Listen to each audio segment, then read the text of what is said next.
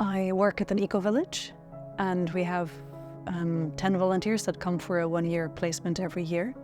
And we work a lot already with sustainability. The whole eco-village is designed to be as sustainable as possible. So in one sense, we are at the forefront of innovative sustainability and sustainable lifestyles. And at the same time, we also have our blind spots.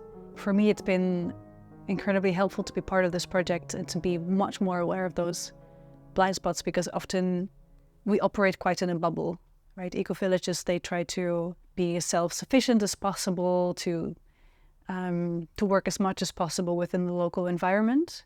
But that means we sometimes forget to collaborate, and we forget to look outside and see what's going on.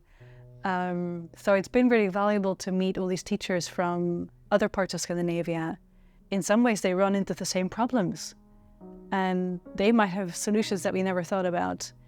And at the same time, they also run into very different problems that we don't have because, for example, we're a very horizontal organization. So it's been also really good to feel, not just to have this mental problem solving, not just to have this perspective of, okay, actually what's going on in our organization, what's working, what's not working, and how can we collaborate and solve that.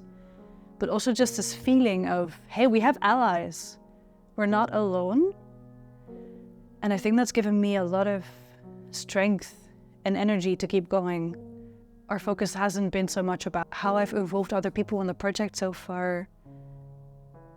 It hasn't really been so much about spreading knowledge, but it's been more about carrying this message of hope and creating spaces for breathing, for reflecting, for processing, for being human, and kind of coming a little bit out of this rat race of being too fast, too much.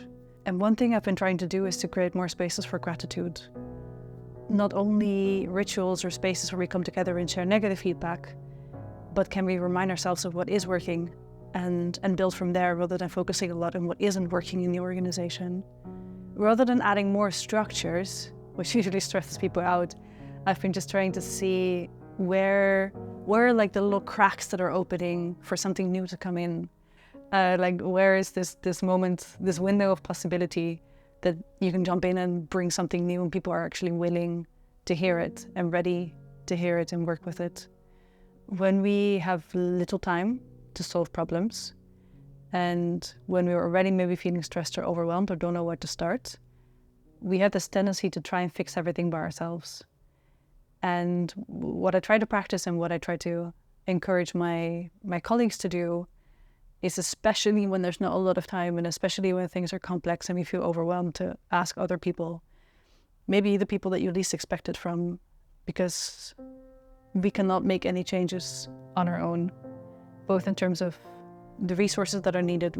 On our own, we don't have enough energy, enough ideas, enough time, enough budget to make actual useful changes. The changes that are needed on such a big scale, and they need to be so radical that we need to have a lot of people involved, because it's not enough to just change one tiny element in the system. It needs to happen in so many different places of the system. So we need alliances more than individuals working in isolation to make an actual change.